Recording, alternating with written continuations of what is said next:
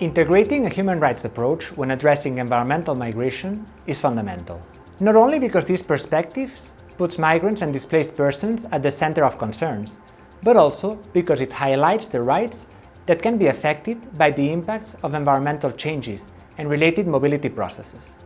Although there is no specific convention that addresses the rights of environmental migrants, there are significant advances in areas such as humanitarian, human rights, and environmental law. Key issues have been identified to address the protection gaps environmental migrants face. For example, increased attention is paid to the violation of social and environmental rights due to adverse climate events that lead to displacement, as in the case where communities affected by drought lose the right to water, or when coastal erosion affects the access to decent housing.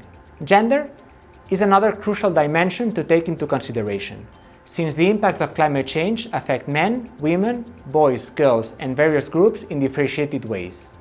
In the Caribbean and Central America, for example, evidence has shown that adverse environmental hazards have a greater impact on access to water and the workload of women and girls. No less relevant is the right to free, prior, and informed consent of indigenous populations in the framework of projects to prevent displacement or in planned relocation interventions, recognized in the United Nations Declaration on the Rights of Indigenous Peoples. In conclusion, in order to address environmental mobility through a human rights perspective, we need to think about comprehensive solutions that involve multiple counterparts in the protection of the rights of national and international migrants in context of disasters, environmental degradation, and climate change, using a protection approach.